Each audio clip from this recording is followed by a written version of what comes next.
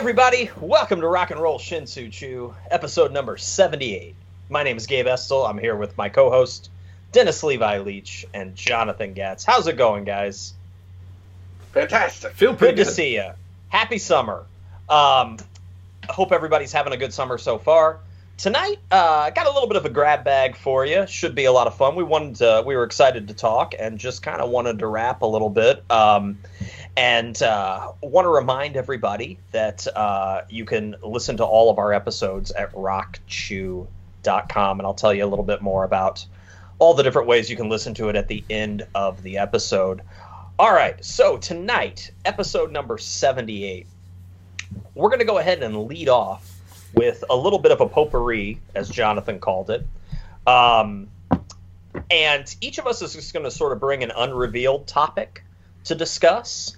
And then after that, we're going to segue into some bands and baseball games that we would like to see live.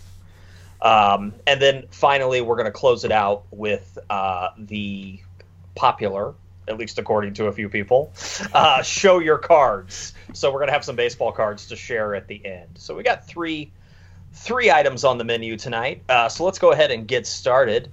I believe Jonathan's going to lead us off with the potpourri portion. So Levi and I have no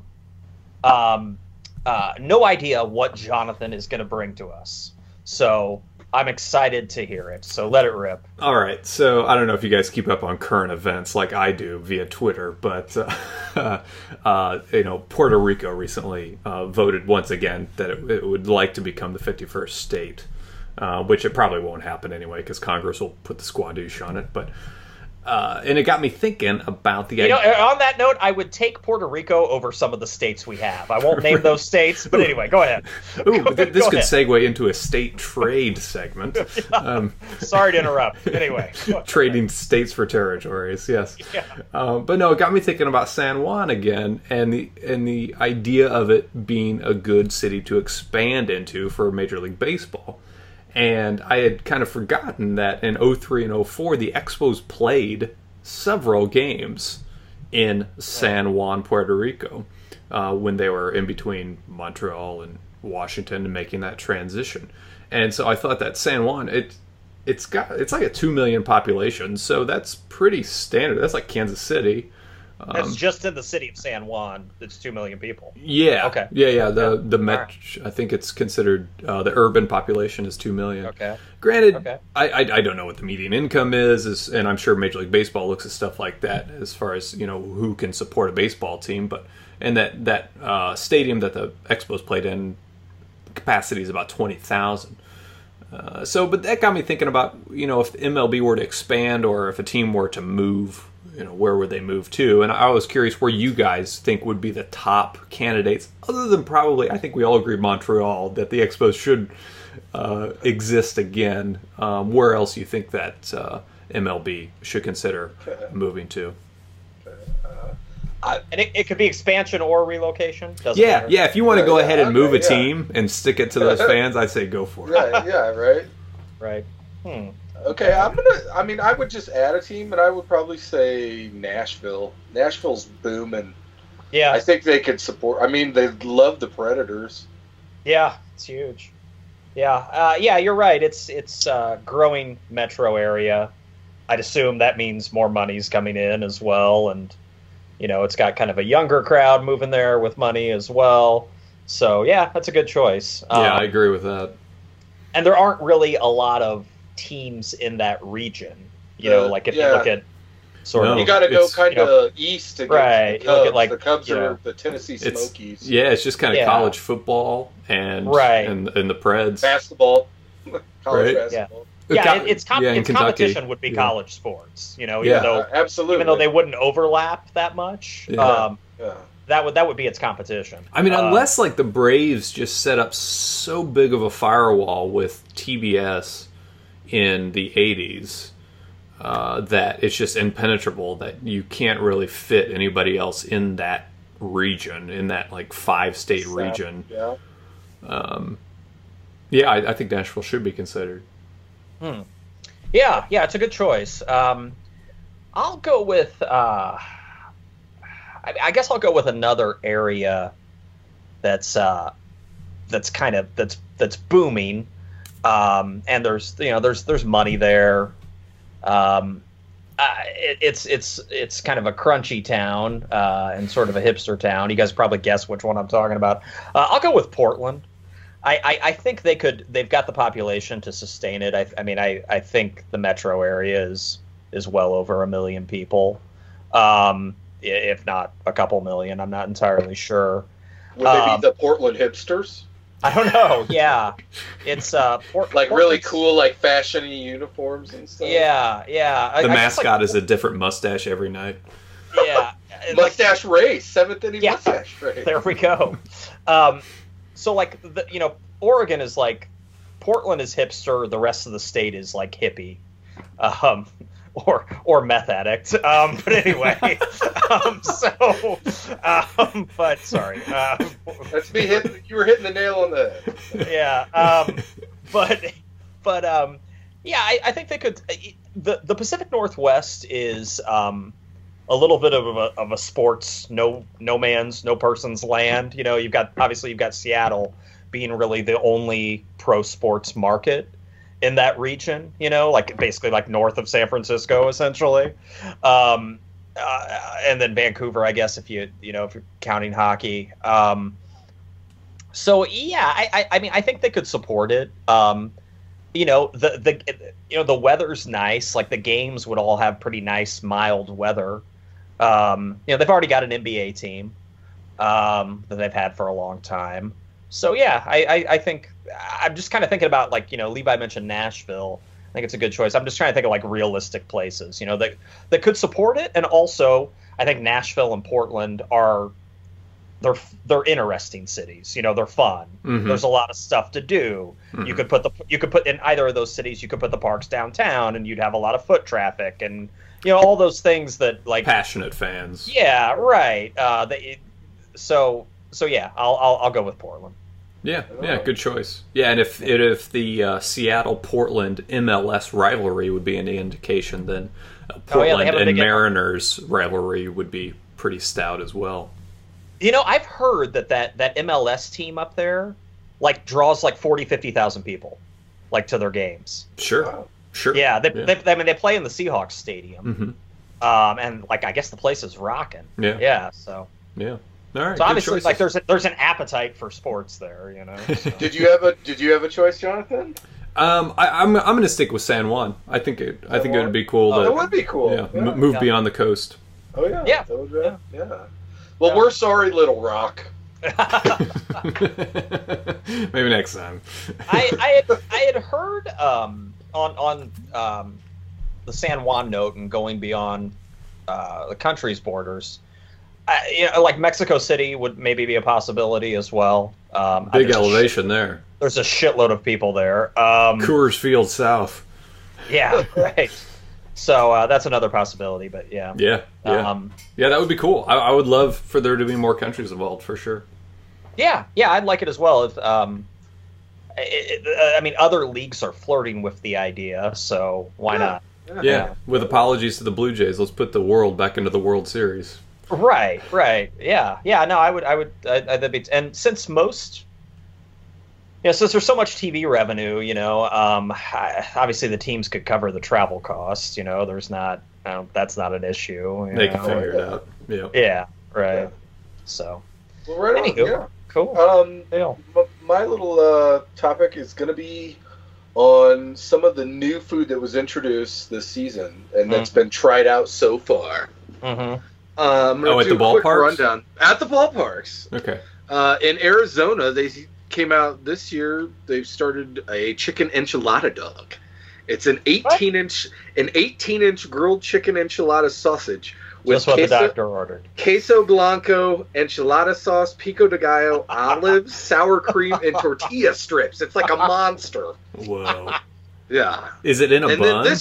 Then? Yeah. There's an 18-inch bun, and so yeah. I'm sorry. Did you say this was at a minor league park, or was that the Diamondbacks park? This is all food at the major league ballparks. Okay. It's all new for this season. Okay. Another thing. This is the other thing from Arizona. I gave them two just because I thought this sounded awesome. It's called the D-Bat, B-A-T, dog. The I always want to say dog. D-bags when Right? I say Yeah. D, so no problem. The D-Bat dog, and it's an 18-inch hot dog. This time they wrap it in bacon and then batter it and put jalapenos. So it's like a corn dog Oh, Christ. that's like 18 inches long with jalapenos and bacon and cheddar in it. Yeah. So Oh, it's amazing. I would consider things like this, but it needs to be less than $13. I just can't Right, yeah, fork out. I didn't. more Yeah, than that. they didn't. In my research, I couldn't find prices on any of this stuff. In Baltimore, though, they came out this year with a crab mac dog. It's a hot dog topped with lump crab meat and mac and cheese and Old Bay seasoning. I'd do it. I'd do Oh it. yeah, that sounds awesome. Yeah, and I'm down with it with even out the hot dog. You know what I mean? Right? Just Oh, yeah. give me a bun with the mac and cheese and the lump crab, and I'd yeah. go with that too. Yeah, this the Cubs came out with a dog this year, and you might have to go to Wrigley and try this game. It's called the kimchi dog. It's a hot dog with braised pork belly, kimchi, and ginger aioli. Yeah. You better hope That's- that game doesn't go into extra innings because Yeah, that one to me sounds like the most appetizing of the ones you've described. Yeah, it's a little more gourmet so far. it sounds Yeah, well yeah. thought out. Yeah, I got it. You figure that enchilada that you describe has to be at least like $28, right? Well, I mean, and it's just like a gut bomb. Yeah. Mhm. And then a couple more. The White Sox. You could go try this one game. They have a new. Oh my god, this sounds so awful. It's called the Cleanup Hitter, and it's a double cheeseburger topped with Italian sausage, mozzarella, and marinara. and some drops of Todd Frazier's sweat, right? Right? It just sounds so bizarre to me, man. Well, next time I'm at the park, a I'll double have to keep that cheeseburger with Italian sausage, with marinara and mozzarella. Oh God. Wow. Yeah, So what do you guys usually have when you go to the ballpark? I just get a hot dog. Do you? on it, well, yeah. Typically, back at Busch Stadium or Wrigley Field, yeah, it was typically like a hot dog or a hamburger. Now I don't really eat hot dogs or hamburgers, and Sure. so at Coors Field they have a Famous Dave's barbecue stand. Sure. Oh, okay. I get up on some pulled pork or some ribs, or they got little burnt ends, and yeah. Food's come a long way at ballpark. At Baltimore, you know? yeah, I got a couple more here. Jonathan, you could try this one. It's in Kansas City. Mhm. It's called the Sunrise Dog. Okay, hot dog in a bun, fried eggs, Fried egg. bacon, cheddar, sausage gravy. The Sunrise Dog. The sausage and gravy might be a little much. Be good for a matinee game, you know. Yeah. Fried eggs. On the hot Yeah, a dog. little for those brunch games. Yeah. Oh my god. This last one I thought kind of sounded good. This is in Milwaukee, and they came out with this year. Of course, it's served in a helmet. It's called the Brachos, B-R-A-T, Chos. Okay. Brachos. So it's nachos topped with ground grilled brats, and then like all the nacho toppings. Yeah. Okay. I'd try that. Yeah, Now, that sounds cool- reasonable. Fact about Milwaukee is it's the only stadium in the MLB where sausage outsells hot dogs. Yeah. Milwaukee Sure. knows what it's like. It's so- knows where its bread's buttered. The sausage Right? races. Knows where its arteries are clogged. Oh, I have one last one, and I saved it for last because I thought it sounded awful. And it's in Detroit, of all places. They came out this year in a partnership with Little Caesars to make these personal pan Coney dog cheese pizzas. And so on the internet, you can pull up a picture of this, and it's literally like a cheese pizza with hot dogs and like mustard drizzled on it. It looks like absolute BARF. Keep mustard far away from my pizza. Sorry. And hot dog. Yeah. So, to finish it up, like, what's your guys' favorite hot dog toppings? What would, like, if you had a dog at the stadium, what would your dog be? And, like, you can name it. I'll go real quick to give you guys a minute to think about it. I just genericked out and called it the Levi dog. A Levi dog is going to be a grilled brat with grilled portobellos, raw onions, because I like the crunchiness. Yeah. You like the steamed onions, but the key is it's got to be in a New England style bun. I don't know if you guys have ever seen these. Yeah, I've had a New England. Yeah. It's where the bun is cut on the sides like it's a loaf of buns, and they cut each bun, and so the sides of the bun are toasted. Yeah, and it's good. So I've got the brat with the portobellos, the raw onions, and the New York or New England bun, and then we're drizzling the white queso on top. Nice.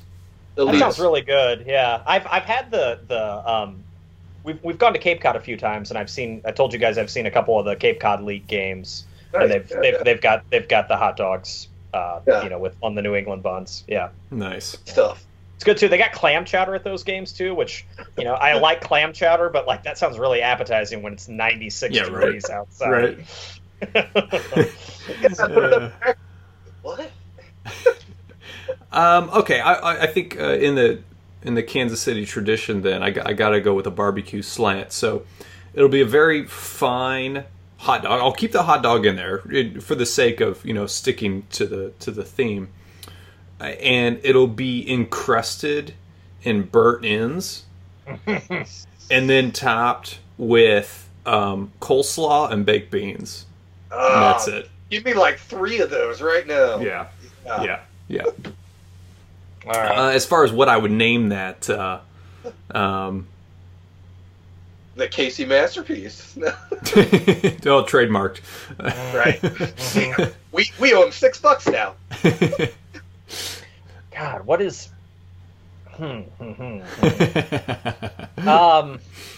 That's a good one. The Gabe dog.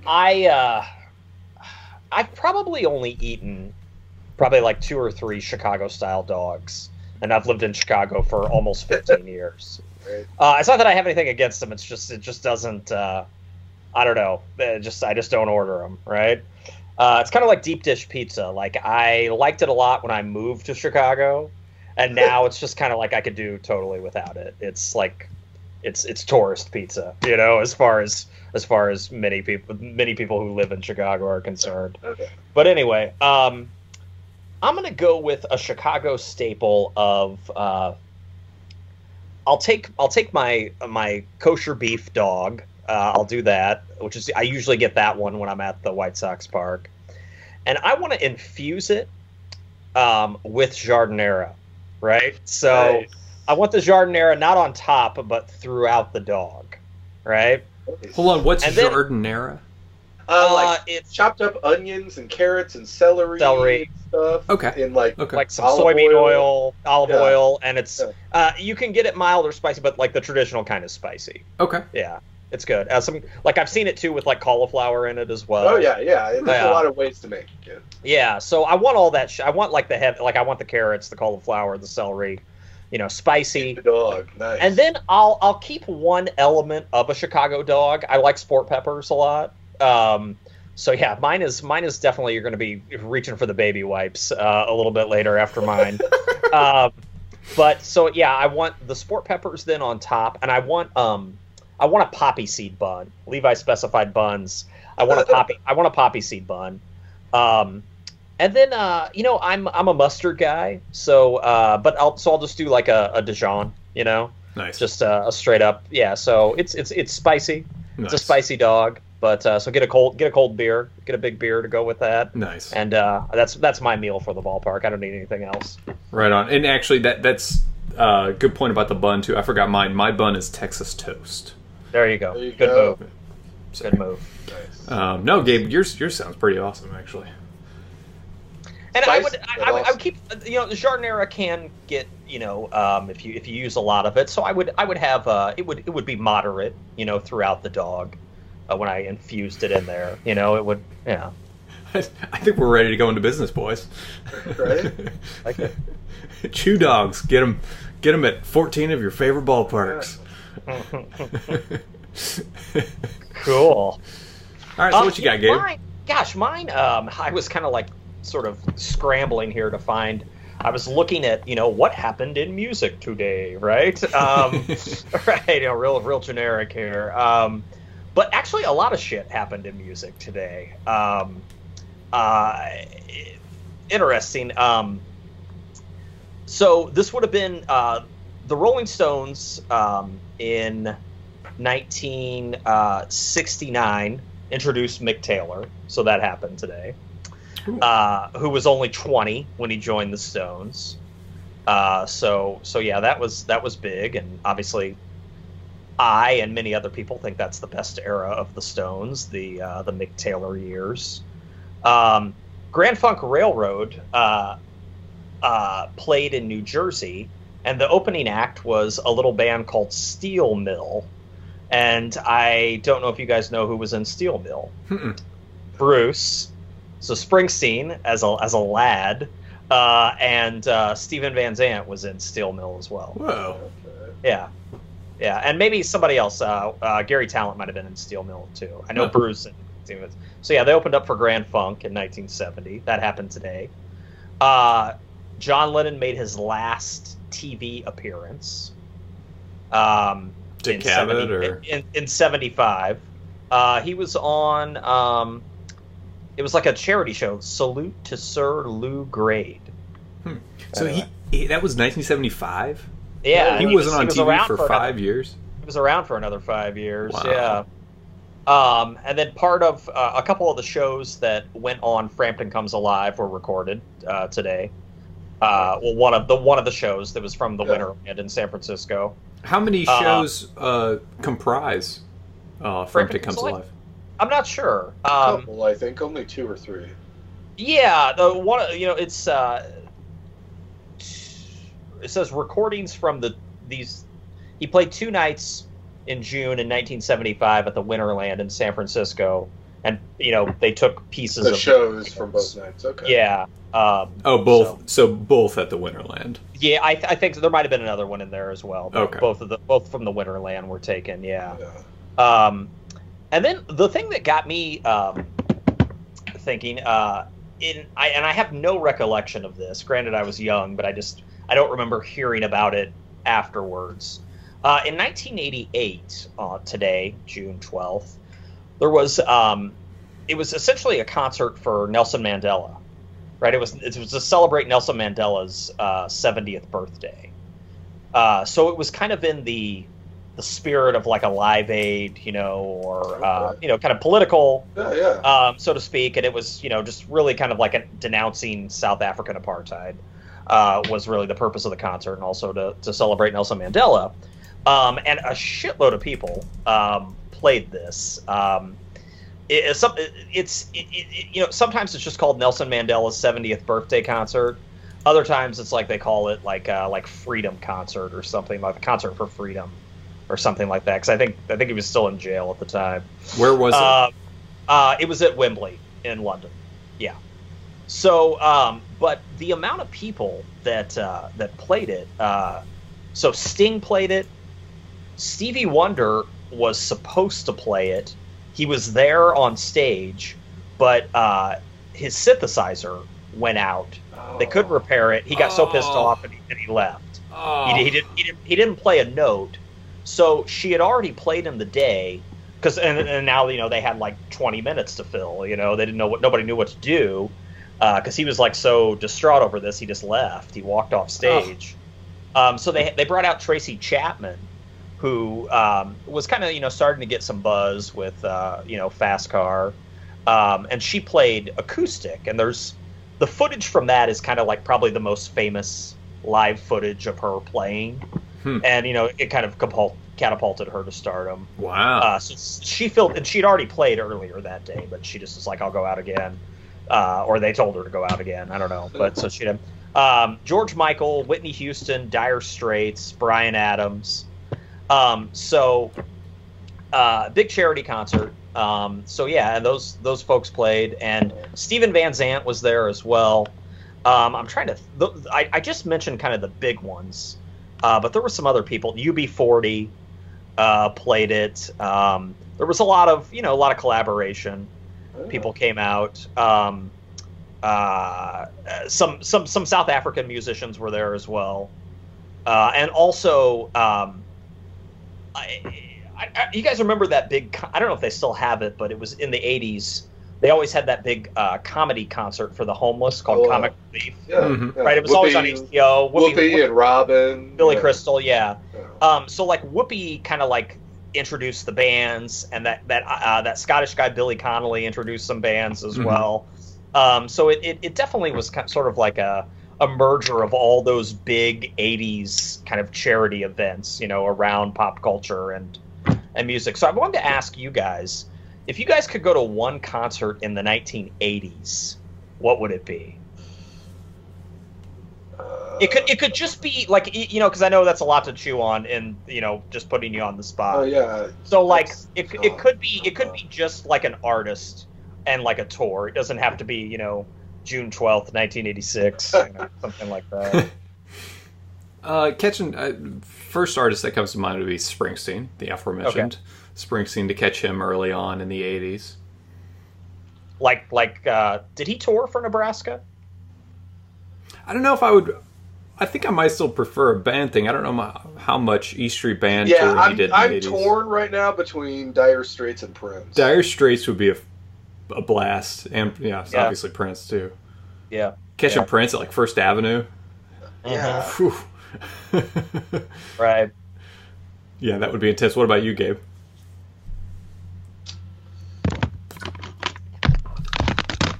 Technical difficulties. Yeah. No, Dire Straits would be for. I assume that like the Money for Nothing tour or something. Yeah, Brothers in Arms. Yeah, you gotta. I would want to almost go to that tour, not just for those songs, but to be able to hear all the stuff from the back catalog too, like up to that point. Oh yeah. I bet that Brothers in Arms tour, those sets were pretty solid. Yeah, one of my favorite, probably my favorite Dire Straits song is "Skate Away." I can listen to it like all the time. I don't know why. I just I love that too. Good choice with Dire Straits. Yeah. I would. Gosh, for me, it would probably be a toss-up between either Prince, like around Purple Rain era, or I guess for the for kind of just the pop culture value of it, I wouldn't mind seeing the Thriller tour. I mean, I guess just for the event that it was, or like the Jackson's Victory tour. That would. That would. I mean, I guess that was right around the era of Thriller, right? Like you basically got some of Michael's songs and you got the Jackson songs. So I would definitely probably want to see Michael Jackson at his height.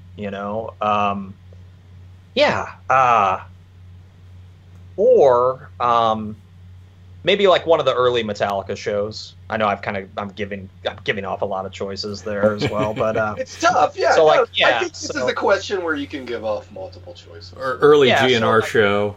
Or that like GNR at like the one of the smaller LA, like the Whiskey or the Troubadour, or something like that, like 87, 88, right when they were just starting to get a lot of buzz. I'm sure the energy at those shows was phenomenal. It'd be also cool to go back and see some of the early punk, like the Minutemen, or like I don't know, Placements. Right.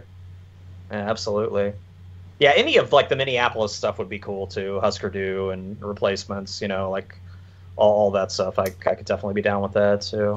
Pitchfork has a really good article on the history of First Avenue in Minneapolis that I recommend for anybody to check out if you're interested.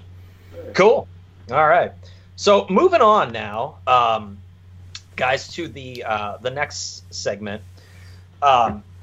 Devised this little thing where we've got to name 3 bands that are still actively touring that we would like to see live. The 3 bands that we haven't seen. All 3 of us collectively have seen a ton of concerts, and I think a lot of the living legends, all of us can kind of check off the list. But there are still a handful of artists that we'd like to see. who are still touring. And the other one is we're going to talk about we're going to talk about baseball games, but these are games obviously that have already happened. So what kind of historic baseball games would we like to see? So Jonathan, I'll go ahead and start with you, man. You can lead this one off. Sure. Yeah. And I think that to start with the music, then I'll just name those bands. Built to Spill is a band that I've had a couple chances to see, but I haven't, because they always play in Lawrence like on a Tuesday night, and it's just not the perfect conditions to go. You know, like Tuesday night in February in Lawrence, Kansas isn't ideal. But Built to Spill definitely, because I've heard great things about Built to Spill shows, especially from our friend Alana, and she's a big proponent of that. I've seen them. I've seen them a handful of times. Have you? Okay. Yeah. Yeah. Yeah. Where have you caught them in Chicago? When I first moved to the city, I caught them at the Metro. This would have been like 2003. Oh well. I mean, they've been around for a long time. I mean, their first record came out in like the mid '90s. Sure. I saw them at the Metro. I saw them once at the Vic, and then I saw them at Pitchfork. Oh, okay. Yeah. So they're great. Yeah, good. The two guitarists in that band are two of my favorite sort of, the guitar pairings. Yeah, I'd like to see that interplay live for sure. Yeah, it works. Yeah, definitely. Yeah. Second band, actually more artist now. Grantley Phillips. Formerly the leader of Grantley Buffalo, but since technically Grantley Buffalo isn't active, I would have to settle for Grantley Phillips, and he just kind of plays one-off solo dates, small tours, a handful of dates throughout the year. So he doesn't tour a ton, and I've never seen him come close to Kansas City since I've been here, since I moved down in 2004. So definitely Grantley Phillips would be up there. But lastly, for sure, the number one ticket that I need to get is Nine Inch Nails. And I've probably had my opportunities there as well. They've played Starlight maybe a couple times since I've been in Kansas City. And I've heard great things about their shows. Incidentally, my wife and I were talking to a woman who she's an artist who is a synesthete, meaning that she sees colors while she listens to music, and she said that the closest thing that she saw to her synesthesia coming to life was at a Nine Inch Nails show, where the light show seemed to sync with her own personal synesthetic responses, to the point where she wondered if somebody in the band was synesthetic. And so, not that I'm a synesthete in any way, but I imagine a Nine Inch Nails show is a well-produced show. I'm sure visually, it's interesting. As you were talking that, I went to the Wikipedia page, because I'm like, well, who plays in Nine Inch Nails now other than Trent Reznor? And Robin Fink is back with them. Oh, okay, cool. Yeah. So, because it's been kind of like, sort of, it's sort of the Trent Reznor project, and I get that. I'm not terribly picky about it, but since they're getting active again, they released an EP earlier. They got another EP on the way, and a third scheduled. It's, I imagine, pretty likely they could go on tour soon. I would imagine. Yeah. Cool. Oh. Yeah. What about you guys? Well, my first choice is someone who I have already seen. Marty Stewart. Gabe and I had the fortune to see him back in his first go around, in the 90s, when he was becoming it'd have been 92 or 93. It was hit country. So now what you have to do is you have to forfeit that show. Right? It's like it never happened. Right? But the thing is, and why I want to see him so bad, is just for the appreciation of his new music, specifically that new record that we've talked about, Way Out West. For those that are listening out there, it came out in March. It's just amazing, man. It's like his Johnny Cash American Recordings, or his, like, I don't know, you know what I mean? It just seems like it's his, like, big, you know, like, I'm here now. Renaissance. Like, yeah, it's like I'm on a higher, I'm not going to call him a country music legend or whatever, but, like, it's him showing that he's, like, an elder statesman. I guess he's paid his dues. Yeah, exactly. And so, and the band is great, and I just think it would be a really fun show. So, especially with the tour being these songs from this current record. Another one, and I've heard the guy is kind of, you know, I think we've all heard stories where he may not be the most pleasant person to work with, but Van Morrison I think would be really cool. And I've looked at some of the recent YouTube clips. He could still kind of sing some of the songs pretty well, you know? So, like, I think it's like, if I'm gonna go, I should go soon. Yeah. I feel like. Yeah. And then my last choice is Herbie Hancock. He's another one. As I've gotten more into jazz and jazz fusion, it seems like his name's on half the records. Oh, yeah. You know, whether he was jamming with people or there were his own records. And he's like 77 now, and he's still touring. Wow. And so... he looks great for his age. Oh, he looks amazing, yeah. Yeah, well preserved. Yeah, and so I would like to catch him as well. And now that I'm in Denver, I think I probably have a pretty good shot of seeing all three soon, hopefully. Yeah. I think Herbie Hancock and Marty Stewart may have been played here soon or coming up. You know, he is having the money and then driving down to Denver on a Tuesday night, like Jonathan mentioned. Yeah. Sure. Yeah. Good choices. Yeah, definitely. Yeah, Van Morrison, though. Van Morrison, I can't remember the last time that he came close to Kansas City. That's for sure. He played... I want to say, like, he played the United Center a couple years ago. Really? Wow. Here, so he headlined the United Center? Yeah, which I thought was an odd venue choice. Huge, yeah. Yeah. I don't know how filled it was, you know. But yeah, he did. I remember seeing obviously I can look this up, but I remember seeing the advertisement, and it kind of catching me off guard, you know. Like, yeah, you would think they would have had him at like Rosemont or something. I would think it would have been at one of the theaters, you know, like one of the bigger theaters downtown, like Chicago Theater or the Auditorium, something like that. What do they hold? Like a few thousand, a couple thousand? Chicago Theater probably is closer to like 3,500 or 4,000. Okay. Yeah. He seems like a guy that would be well suited for. But anyway, so for mine, I went with. They're all classic rockers. I mean, there are some younger bands that I'd want to see, but I figure the window is closing on seeing many of these people. So my first choice would be David Gilmour. I feel that I've missed a couple opportunities to see him. I regret it now. He still sounds great. His playing is really fluid. I actually think his last couple records weren't bad. You know, I think On an Island's pretty good. Actually, it's a record of his that came out about 10 years ago. I actually like it. So like I wouldn't like totally, you know, take a bathroom break when he played some new songs. I would actually want to hear a few of them. So yeah, he would be my first choice. Second choice, another, you know, guitarist from a famous band we referenced earlier, would be Mark Knopfler.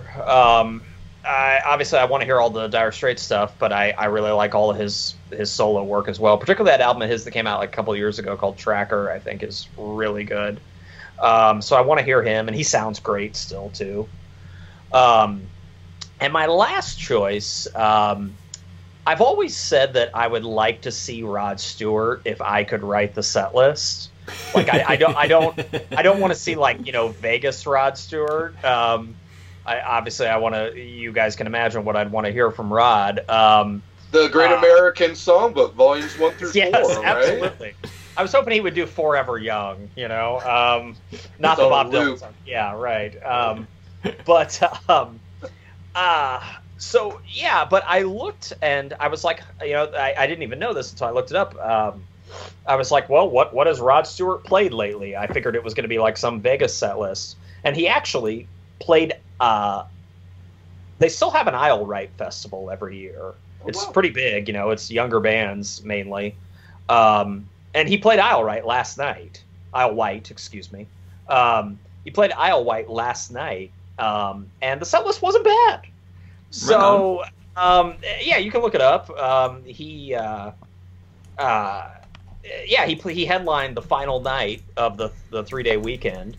And yeah, there's some, some I probably wouldn't want to hear, but there's some others that I would. So I look at it, and I'm like, yeah, I would check that out. I don't know how much money I'd pay for it, but I would be satisfied with. He did a Crazy Horse cover. Yeah. Which I don't know if he does that regularly or not. Interesting. Yeah. Do you think I'm sexy? Yeah. I'd like to hear Crazy Horse's take on "Do You Think I'm Sexy?" A little split 45 there, maybe. Yeah, right. So yeah, I looked at it, and I feel like there's enough songs within that set list to make me happy. And he did a "Have I Told You Lately," the Van Morrison cover as well. So yeah, I would. I would go see Rod if the circumstances worked out, Yeah, looking at his tour on Setlist FM, he's played about 70 plus different songs on the tour. Oh, has he? So that's pretty good. Okay. All right, I didn't know he mixed it up that much. Yeah, all right. I mean, he's certainly got his staples in there that he's playing every night. But are we gonna start following Rod Stewart? Is that what I'm hearing? if everybody sees the mic, dude, the tapes at the Rod Stewart show, that's us. Okay. Dude, he's been doing Shake Your Moneymaker. Nice. Yeah. Also Handbags and glad rags. In a parking lot for Rod Stewart. Yeah. And I'm just looking at the Isle White set list still, and I'd assume it's a little bit shorter because it's a festival. Yeah. So his regular shows are probably a little bit longer, I would guess. He played 15 songs at Isle White. So yeah, I'll go see him. Bad. Yeah, absolutely. Nice. Yeah, good choice. Yeah. So those are my my geriatric choices there. And that automatically defaults to the Faces as soon as they announce their tour, right? Right. Cool. Well, what about baseball games? Applying the same concept, guys. Okay, so not same concept. Sorry. Reverse concept. Yeah. Reverse concept. So games I could attend in hindsight. I guess I'll go in chronological order here. Right. The first of which would be September 9th, 1965, Sandy Koufax pitches a perfect game, sorry Levi, against the Chicago Cubs. Oh, yeah. 1965, so that's near the end of his career, right? It was his fourth no-hitter, so it was well into his... well into his career. Okay. And he, against the Cubs and Ernie Banks. Ernie Banks struck out 3 times that game and didn't make contact with the ball once. Koufax, he struck out 14 in all, so no shame there to Ernie, including striking out the side in the 9th. He struck out at least one batter in each inning. In 1995, the Sabre group pulled this as the greatest game ever pitched. Also because the Cubs starting pitcher that day only allowed 2 runners. So this was like a dual no-hitter at the very least going in to the midpoint of the game. Yeah. And so... The Cubs starting pitcher just allowed 2 runners. The one run that scored, the Dodgers won 1-0. This only run that scored was unearned, and I think the game length was an hour 43 minutes, and that's my cup of tea. I know you guys prefer the longer games. I prefer the shorter game because at the same time in 1965, I figured I could go down the street in LA and go watch Help. That was still playing in the theaters. Yes, I looked that up.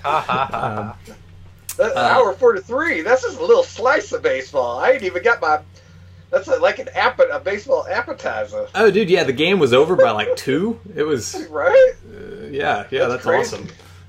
So moving fast forward to 1974, the 1974 All-Star Game at Three Rivers Stadium in Pittsburgh. I just want to be in Pittsburgh in 1974 for some reason. Yeah.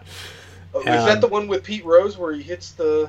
Is that the Rose? I don't remember where he hits the catcher and takes him out. I forget. Ended that guy's career. That guy was on the Ray Cardinals, Fosse, right? Yeah. Fosse. Yeah, but the amount of Hall of Famers. Obviously, you're gonna have a lot of Hall of Famers in an All-Star game, but this one seemed to have a particularly good amount of Hall of Famers. Fisk, Carew, Brooks Robinson, Reggie Jackson, Raleigh Fingers, Johnny Bench, Joe Morgan, Hank Aaron, Pete Rose, Steve Carlton. 16. Jeez. Those were the starters. Raleigh Fingers came in relief. Excuse me. Wow. 16 future Hall of Famers played in that game. Damn. Wow. Also, because I would have showed up 3 days early, and yes, I did this research, and caught Leon Russell also playing at Three Rivers Stadium. Nice. Leon headlined Three Rivers Stadium?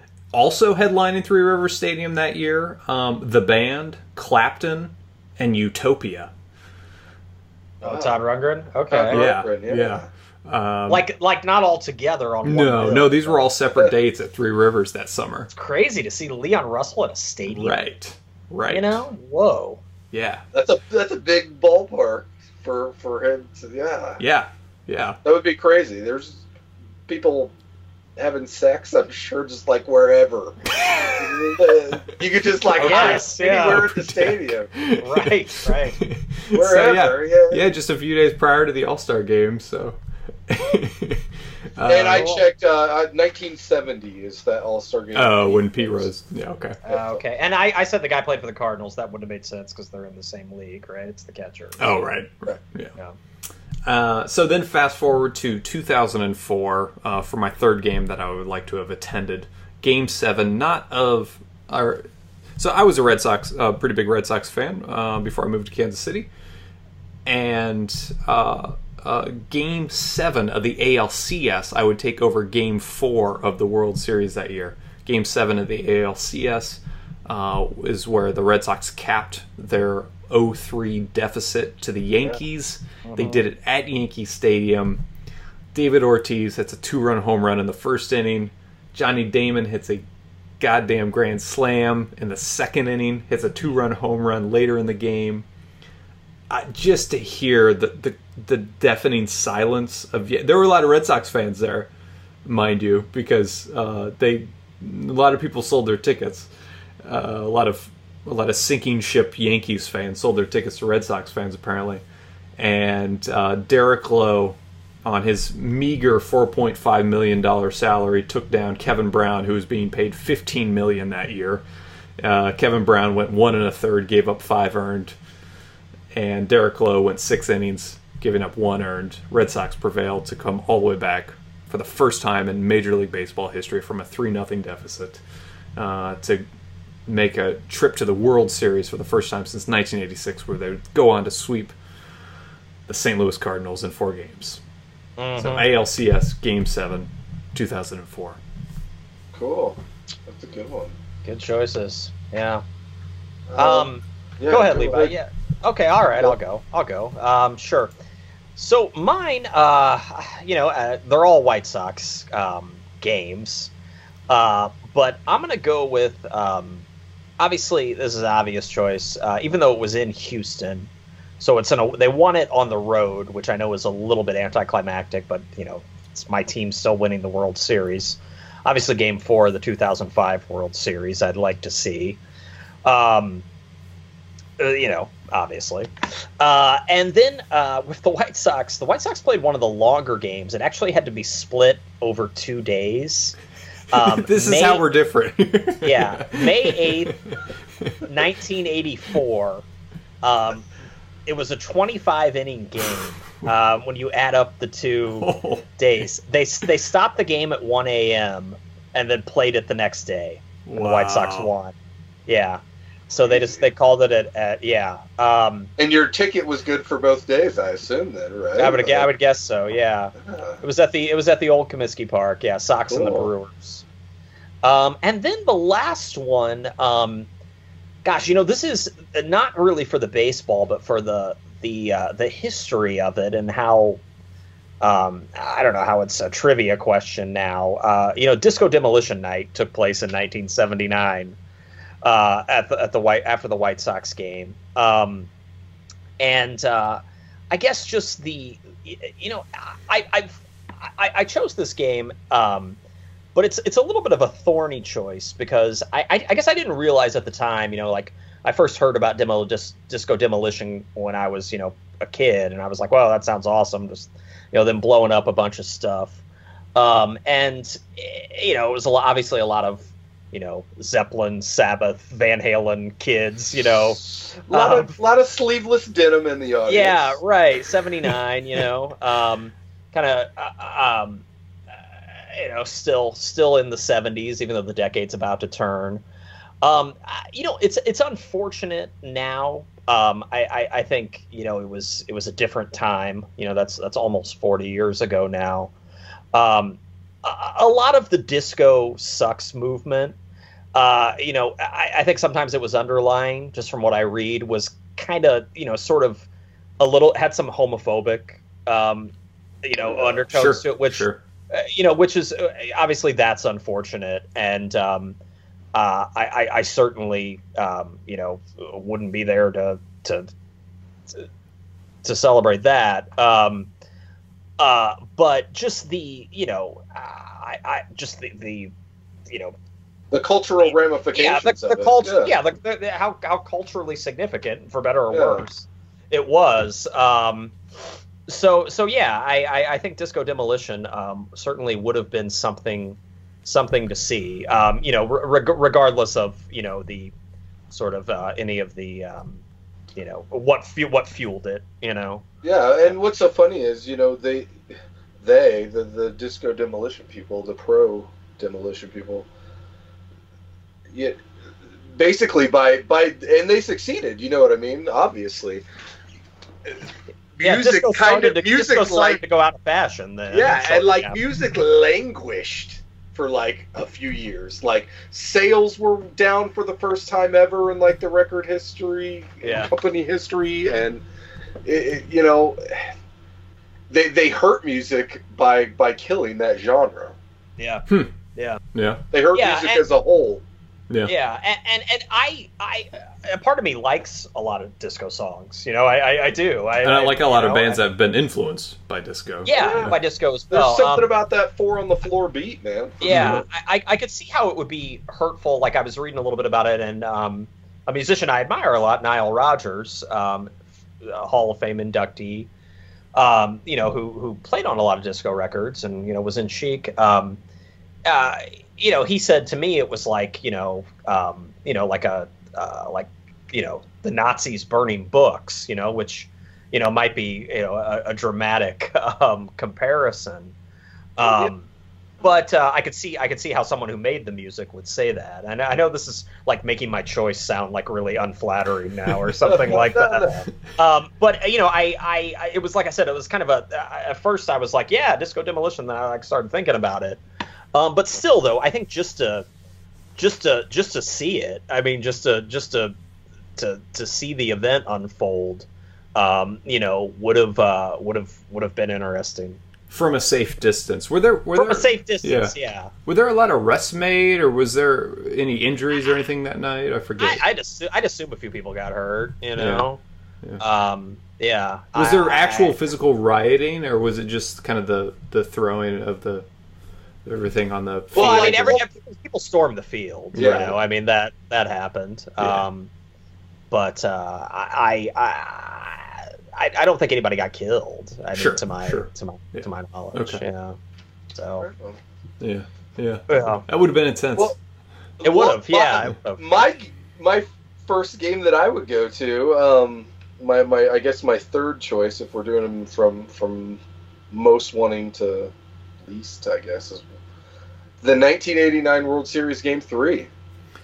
Dude, talk about dramatic situation. The only thing that can shut up Tim McCarver is an earthquake. Proven. Fact. That and John Lester throwing out a guy. Right, yeah. Picking off a guy. I remember live watching that. Mm-hmm. Yeah, they were showing. Wasn't Ricky? They were showing a highlight of Ricky Henderson rounding the bases or something from the night before, or 2 nights before. And yeah, like he's taught, like McCarver.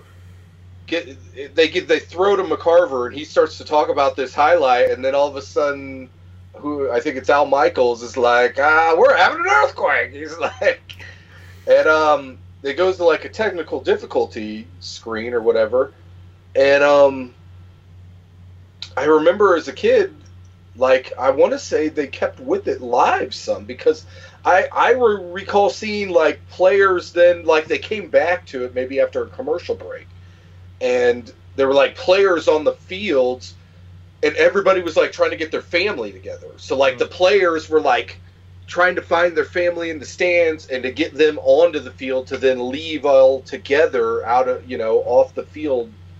And, also, there was safety being on the field, too. Oh, yeah. Right. Yeah. That issue of Sports Illustrated that came out that week where I want to say, is it Jeff Kent? Was he on the Giants then? Yeah, he would have been, right? No? I think that was before Jeff Kent. Who was it?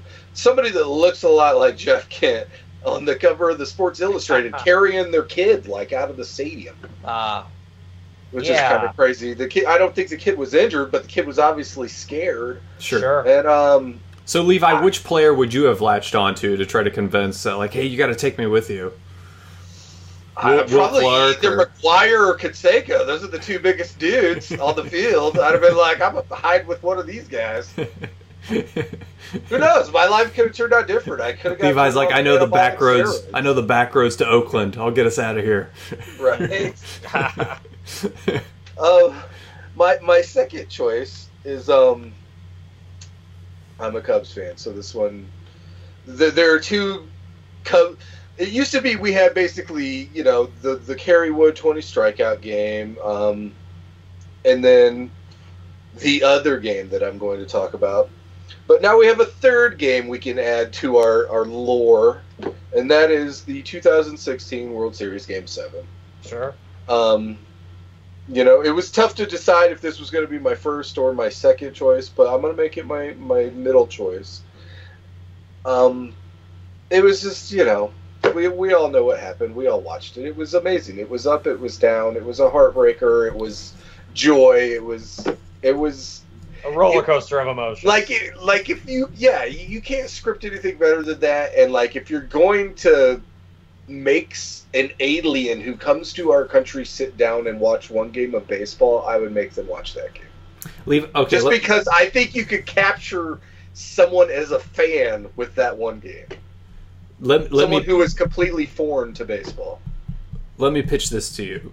If you could stay home and watch the entire thing on television, Game 7, or you stood outside the stadium until the rain delay, and it wasn't until the rain delay that you got inside the stadium to watch the remainder, which would you choose? Well, I would probably do the rain delay, get in the stadium, yeah. Right, and so you would like basically listen to the game until the rain delay. Okay, yeah. All right, cool. Like I said, it was a tough choice which to rank these two, but my top game I would have gone to, which is just the date is just a couple weeks away, 6/23/84. And I never really thought about it, but 23 is the man's jersey number as well, and that man is Ryan Sandberg. Michael Jordan. Oh, right. Devin Hester. No. The Sandberg game. And why it was called the Sandberg game is, it was one of the first nationally broadcast games that he played in that he busted out. For those that don't know, he hit 2 game-tying home runs. I can't remember the innings exactly, like 7th and 9th, or 9th and 7th and 10th, or 8th and 10th. Mm-hmm. But they were a couple innings apart, or an inning 2 apart. And just from the footage, I have the whole game on DVD. There's a 5-disc Cubs set you can buy. It's been out, it came out in the mid-2000s. It's got the Kerry Wood game. It's got some, like, Andre Dawson games where he did really good. And then it's got the whole entire Sandberg game. And It's just insane. The place is going bonkers. Mm-hmm. The Cardinals, okay, are winning by a run. There's the guy on base. He comes up. They bring Bruce Sutter in. Bruce Sutter is like one of the most dominant closers of all time. So it's basically like the game is over. The announcers are throwing it to like, hey, we've had a great game today. We'd like to thank, yada, yada, yada. They're shutting down the game, the announcer. And he cracks it, ties the game. And so it's like, that's amazing. The place is crazy on the first home run. Yeah. So then when he hits the second one, it's just absurd. The place is literally crazy. People and it was when people would just get drunk and throw their beers in the air when people hit home runs. That was like in the 80s at Wrigley Field. Like, people hit a home run, it's like your shirt's off, beers are getting thrown. It's just like, yeah, it was like. So just to be clear, you're choosing this game as you would rather be at this game than Game 7 of the 2016 World Series. Yes. Wow. That's how much, A, I am a Ryan Sandberg fan, and B, how much you don't want to go to Cleveland. I've already been there, right? Yeah, it was just that game as a kid always meant something to me, like, because I was only 3, and so I heard about it from other Cubs fans. It was like, you hear about the lore of this one game and this one guy. Well, yeah, you didn't have anything else to talk about when it came to the Cubs. And so it was the hype of that was built up to me. Like I said, it was tough. I had no idea. I'm going to YouTube it. Yeah, I have to check it out. Yeah, right. I want to see that too. It's amazing. The place is going bonkers. Yeah, but I don't know if I mentioned, both were off Bruce Sutter. Oh, wow. Bruce Sutter, he is mad after throwing the first one. After the second one, it's like flames are coming out of his ears.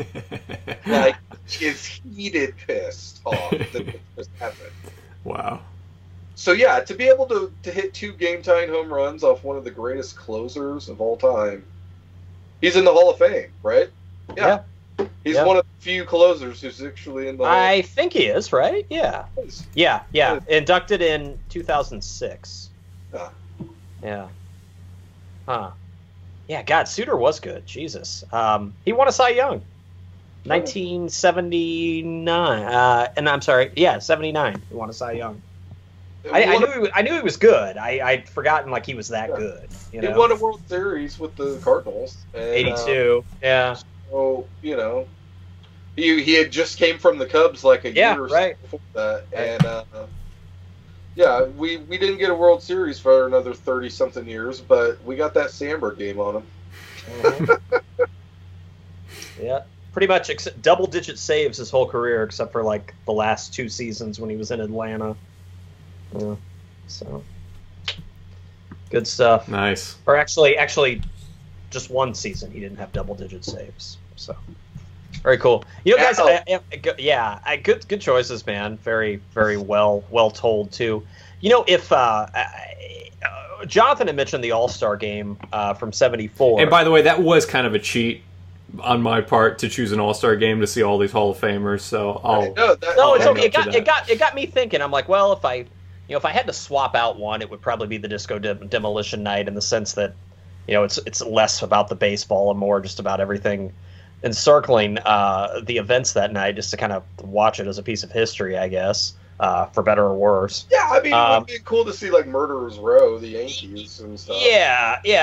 But I looked at the 1989 World Series. All-Star game. It's the one where Bo Jackson was the MVP. I'm looking at the starting lineups right now, and it's basically all of the baseball cards that were in my book, the good players, the ones I would keep in my book. It's all of them playing each other, right? Yes. The National League starting lineup, I'll just go down it real quickly. Ozzie Smith, Tony Gwynn, Will Clark, Kevin Mitchell, Eric Davis, Howard Johnson, Pedro Guerrero, Ryan Sandberg, Benito Santiago, right? Yeah. Rick Russell as the starting pitcher. Which I would have thought 89 it would have been Hershiser, but anyway, that's just me. WIU grad Rick Rushell as well. I didn't know that. Yep.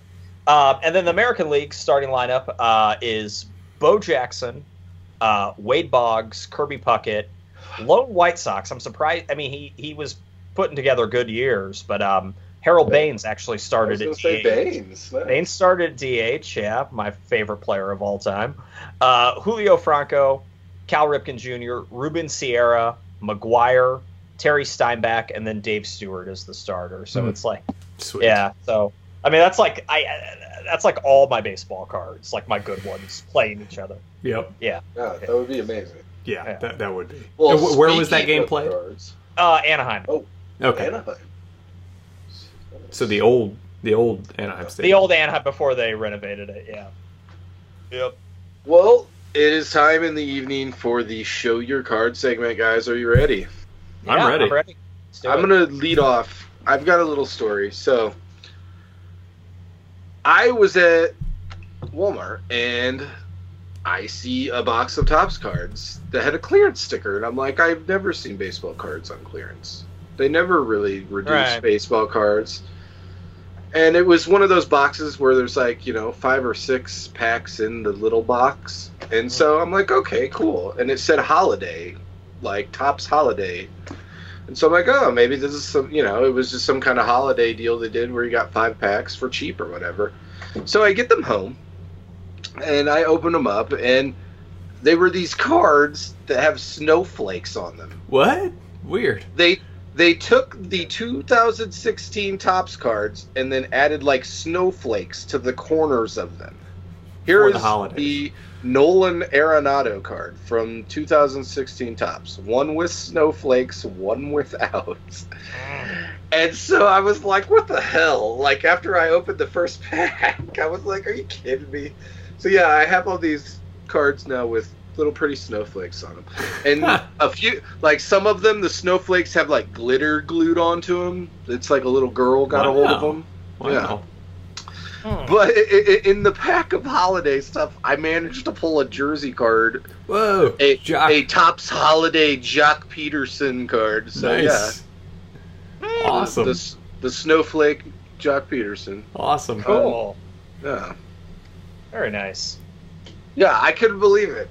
That's I thought holiday was like, hey, it's a value pack for the holiday or something. Like, I didn't realize they were stamping all the cards with. Do you think what they do, Topps, is like, man, we aren't going to be able to move the rest of these 2016 cards. Let's recall them. We'll sprinkle all the snowflakes on them and ship them back out. Relabel them. Something. Wow, Yeah. that's funny. Wow. So I'll jump back to 1988 for mine. I'll stick in the Topps genre. And mine, incidentally, is an all-star card, 1988, and it is of Matt Noakes, Nice. the one and only Matt Noakes. He was obviously Was that his catcher at rookie the time. year? Was that his rookie year, 88? Um, he probably played a year or two before that. Yeah, I think I can find this out. I think he played in '87 as well. Those were good-looking all-star cards. Will you show that again real quick? Yeah. So everyone can see? That was 88, you said, right? Yeah, right. Yeah, it was his second full season in '88. Oh, okay. Yeah. And because he was an all-star in '87, so this denotes his '87 all-star selection. And that year he also won a Silver Slugger. And he went on to hit about 136 home runs, so not bad. He played until 95. Yeah, that year was the pinnacle of his career, though, by far. Yeah, it was. He had a little bit of a resurgence with the Yankees. Later, he would hit like 268 with 24 home runs, 77 RBI. But yeah, nothing equaled that 87 year where he hit 289, 32 home run, 87 RBI. Although that was behind. McGuire hit 49 that year. This Blue Jay hit 47. Can you name this Blue Jay who hit 47 home runs in 1987? Joe Carter. George Bell. Oh, the crime dog. Oh, really? Oh, okay. George Bell. Yeah. So Matt Noakes, I googled him earlier. In like 2010, he landed a plane. He landed his own plane on a busy highway, successfully. Wow. Yes. So Matt Noakes, emergency plane lander. Versatile. Jeez. He is. Wow. Right. Yep. Good choice. Yeah, I always wanted Matt Noakes cards. For some reason, they're always hard to get a hold of because he was like, I think he was on the cover of a Beckett once as well. Sure. Yeah. But I've actually got a card from '88 as well, but it's a Donruss.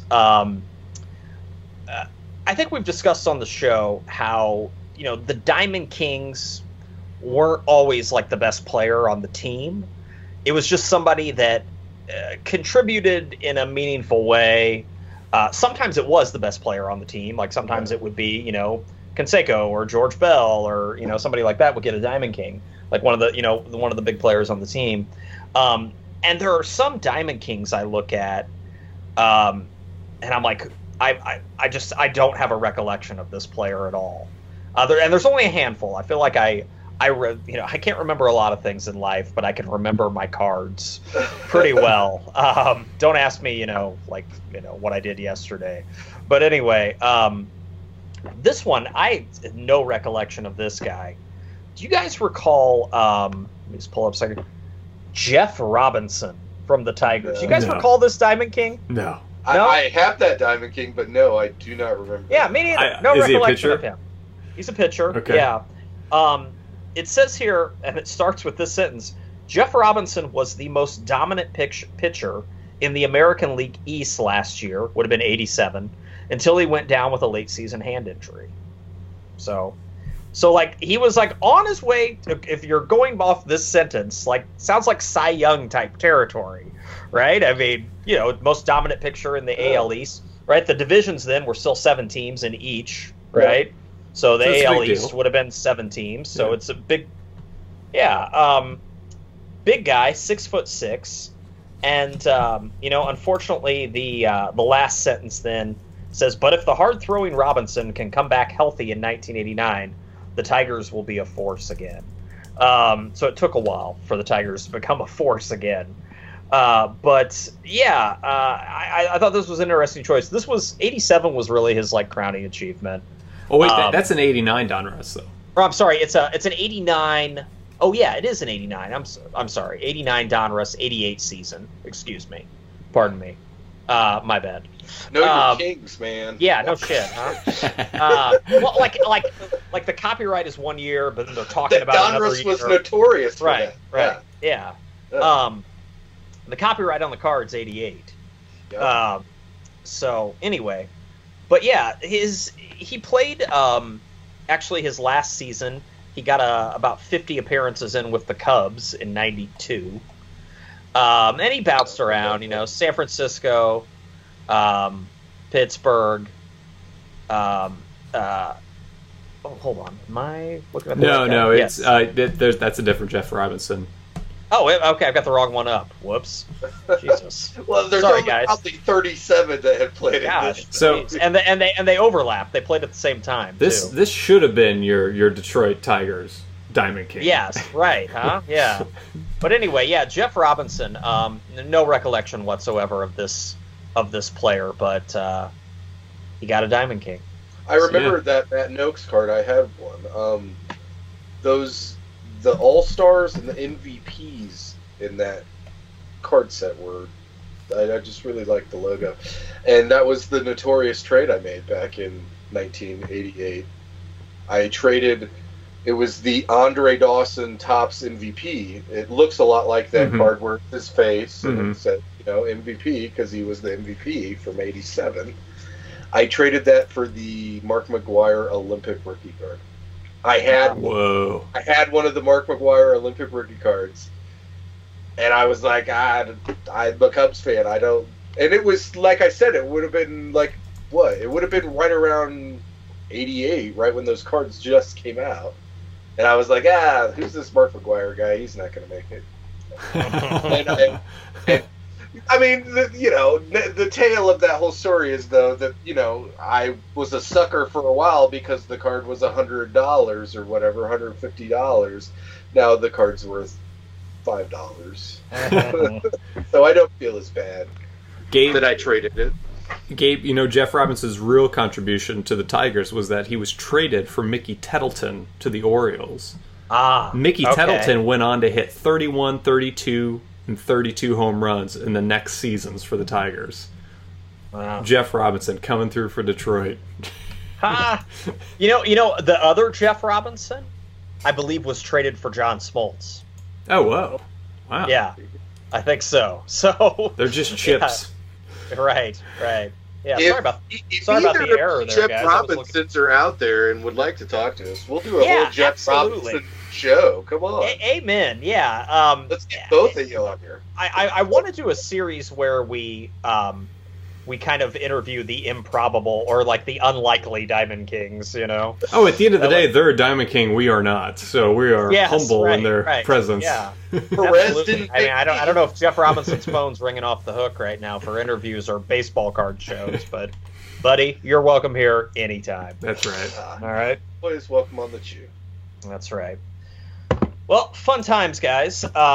Anyway, want to remind everybody, you can get all of the archives and everything Rock and Roll Shin-Soo Chew at rockchew.com. Also, you can listen to us on iTunes. Please leave us a review. That would help out. Also, we're on a bunch of other streaming and podcasting apps. So you can a lot of different ways. How do you chew? There are many different ways you can do that. So, also, you can follow us on Twitter and Instagram at RockInChew. That's N as in Matt Noakes. So RockInChew. You can follow us on Instagram and Twitter there. Like us on Facebook. And tell your friends as well.